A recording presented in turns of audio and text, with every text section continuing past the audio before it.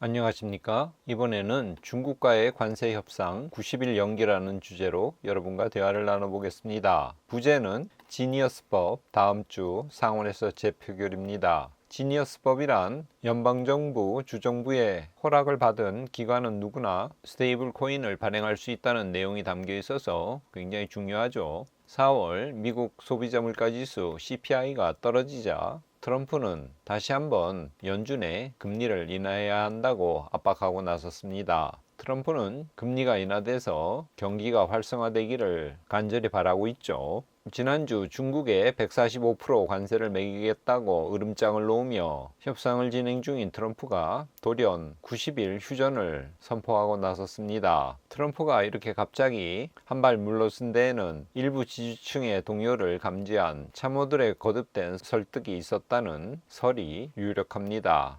연준 의장 파월은 15일 워싱턴 DC에서 있었던 한 컨퍼런스 환영사에서 관세 정책 등으로 경제 변동성이 높아졌기 때문에 장기 금리가 더 올라갈 것 같다고 전망을 내놨습니다. 트럼프가 원하는 것과 전혀 반대의 의견을 내놨죠. 연준 의장 파월이 장기 금리가 더 올라갈 것 같다는 의견을 내놓은 탓인지 미국 10년물 국채 금리 지난주에 4.3%대에서 4.4%대로 상승했습니다. 3대 신용평가사 중에 하나인 무디스가 미국의 신용등급을 AAA에서 AA1으로 한 단계 하향 조정했습니다. 이유는 미국 연방정부 부채가 급격하게 증가하는 점을 들었습니다. 다른 신용평가사 피치는 이미 23년 8월에 또 S&P는 11년에 미국의 등급을 최고에서 바로 아래 등급으로 각각 내린 바 있습니다. 무디스가 경제 등급을 한 단계 내렸음에도 불구하고 지난주 S&P 500 2.6% 상승했습니다. 그래서 연초 대비로 플러스로 돌아서서 1.5% 오른 상태입니다. 한국개발연구원 KDI가 지난주 한국 성장률을 기존 1.6%에서 0.8%로 하향시켰습니다. 국제통화기금 등 외국기관들은 그래도 1%대 이상의 전망치를 내놨는데 한국개발연구원 안 좋은 수치를 내놨죠. 한국 경기의 앞날이 그만큼 불투명하다는 거죠.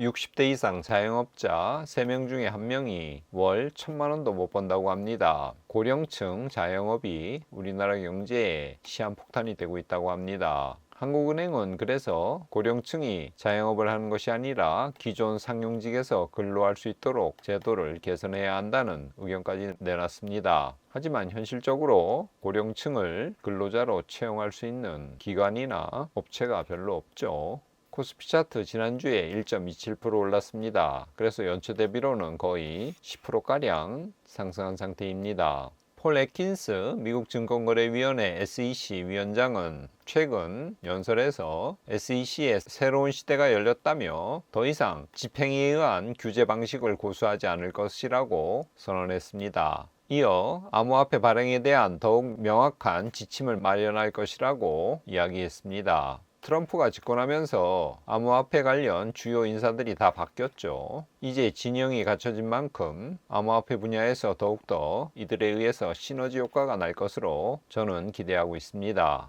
미 상원에서 문제가 된 트럼프 겨냥 조항을 삭제하고 스테이블 코인 법안을 내주에 다시 표결에 올리기로 했습니다. 이 스테이블 법안을 지니어스 법이라고 하는데 이 법의 핵심은 누가 스테이블 코인을 발행할 수 있느냐에 있습니다. 상정된 법안 내용에 따르면 연방정부 또는 주정부의 허가를 받은 기관은 스테이블 코인을 발행할 수 있는 것으로 나와 있습니다. 즉 허가만 받으면 민간기업, 특별히 빅테크 기업도 스테이블 코인을 발행할 수 있기 때문에 이 법안의 영향력은 매우 큽니다. 전통 금융권이나 암호화폐에 대해서 보수적인 입장을 견지하고 있는 민주당의 반발이 그래서 거센 것입니다. 과연 이번 주 이 지니어스법이 상원에서 표결 통과되는지 잘 지켜볼 필요가 있겠습니다. 중앙일보에서 특집을 내놨는데요. 그 제목이 디지털 화폐 전쟁의 시작입니다. 미래 금융 주도권 선점을 위한 전략이라는 긴 기사를 실었습니다. 내용에 따르면 올해 디지털 금융 생태계에는 중요한 변곡점에 있으며 국가가 주도하는 디지털 화폐 CBDC와 민간 기업이 발행하는 스테이블 코인이 그 중요한 변곡점 중심에 있다고 지적하고 있습니다.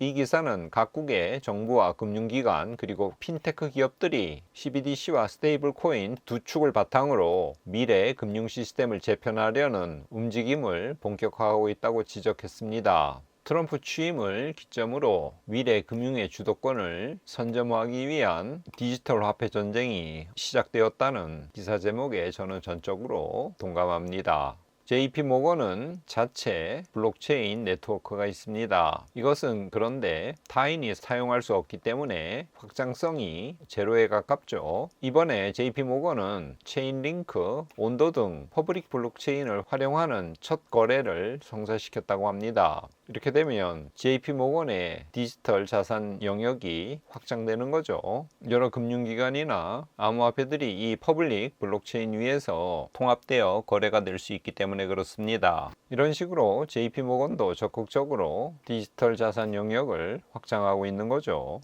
JP모건이 최근 들면서 비트코인을 아주 긍정적으로 평가하고 있습니다. 비트코인이 금을 능가할 가능성이 있다는 전망을 내놨습니다. 그 이후로 기업들이 지속적으로 비트코인을 매입하고 있고 미국의 몇몇 주는 전략적 비트코인 비축 법안을 통과시키려는 움직임을 보이고 있고 암호화폐 파생상품 시장에 성숙화도 기관 투자자들의 참여를 늘릴 수 있다는 점 등을 들었습니다.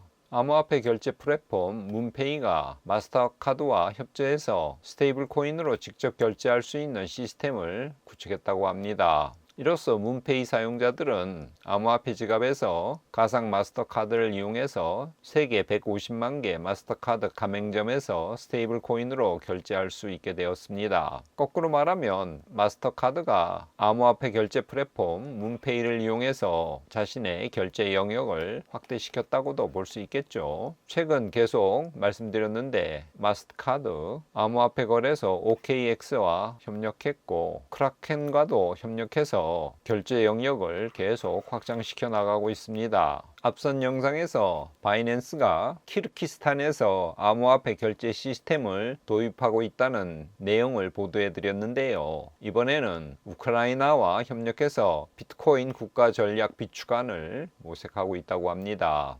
바이낸스가 중앙아시아 그리고 우크라이나까지 자신의 사업 영역을 확장시키고 있다고 볼 수 있겠죠. 한국에서는 대선 선거운동이 진행 중입니다. 이재명, 김문수, 이준석 등 대표적인 대선 주자들은 현물 ETF 허용, 비트코인 ETF, 전략적 자산 비축 등 코인러들의 표심을 잡기 위해서 친암호화폐 공약을 계속 발표하고 있습니다. 서울 한복판에 가상자산을 현금으로 바꿀 수 있는 코인 환전소가 곳곳에 설치되어 영업 중이라고 합니다. 이 중에서는 가상자산을 바로 현금으로 뽑을 수 있는 기계도 설치되어 있다고 합니다. 암호화폐가 이미 우리 현실 속에 들어와 있는 거죠.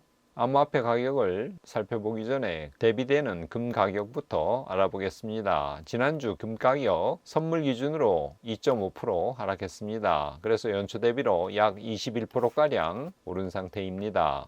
비트코인 차트 지난주에는 0.11% 올랐습니다. 거의 변동이 없는 셈인데요. 연초 대비로는 현재 10%가량 상승한 상태입니다.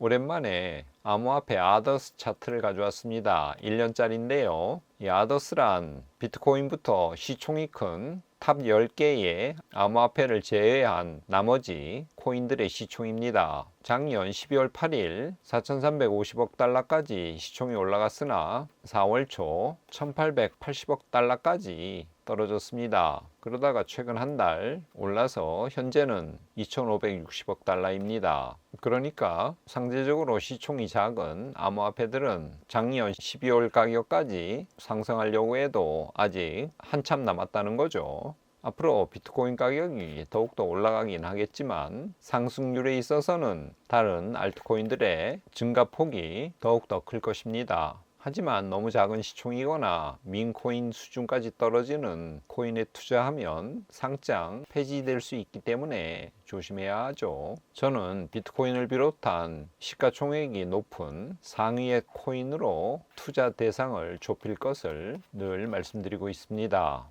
정리하겠습니다. 트럼프는 중국과의 관세 협상을 90일 연기했습니다. 휴전한 셈인데 증시는 상승으로 화답했습니다. 트럼프는 연준의 금리 인하 압박을 계속하고 있지만 파월은 관세 정책으로 경제 불확실성에서 벗어나기 힘들다며 심지어 장기 금리가 오를 것이라고 예측하고 나섰습니다. 트럼프 입장에서는 참으로 난감하죠. 3대 신용평가사 중에 하나인 무디스가 미국의 신용등급을 최고에서 바로 아랫 단계로 하락시켰습니다. 하지만 시장은 이에 별다른 반응을 보이지 않았습니다. SEC 위원장 폴 애킨스는 집행에 의한 규제는 더 이상 없다고 선언했고요. 미국 상원은 지니어스법을 재의결하기로 했습니다. 우리나라에서 대통령 선거 기간에 접어들었는데요. 후보들은 친암호화폐 공약을 한 목소리로 내고 있습니다. 여러 가지 이유로 암호화폐 관련해서는 우호적인 분위기가 계속 조성된다고 정리해 볼 수 있겠습니다.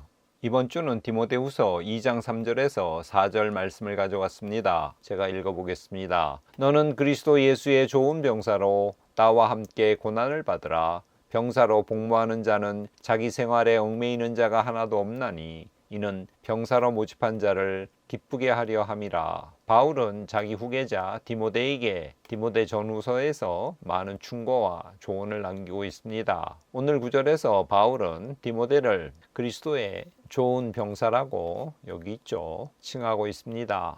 병사는 악조건이나 불리한 상황 가운데서도 받은 명령을 수행합니다. 주님께서 고난을 당하셨으므로 주님을 따르는 군명된 우리 바울과 디모데를 말하죠. 우리도 함께 고난을 받자고 디모데에게 권하고 있습니다. 나와 함께 고난을 받으라 이렇게 말입니다. 군인의 존재 목적과 의의는 전투에 있죠. 싸워 이기는 데 있습니다. 군인은 일상의 생활에 얽매이는 존재가 아닙니다. 여기 있죠. 병사로 복무하는 자는 자기 생활에 얽매이는 자가 하나도 없나니 따라서 병사는 자기를 군인으로 부르시고 훈련시킨 일을 기쁘게 해야 합니다. 꽹의 두런두런 시청자 여러분, 우리는 예수 그리스도의 병사입니다. 오늘 말씀, 병사로 복무하는 자는 자기 생활에 얽매이는 자가 하나도 없고 병사로 모집한 자를 기쁘게 하려 함이라. 기억하시면서 하루하루 하나님을, 주님을 기쁘시게 하는 삶을 사시기를 기원합니다. 오늘은 이것으로 마치겠습니다. 끝까지 시청해 주셔서 감사합니다.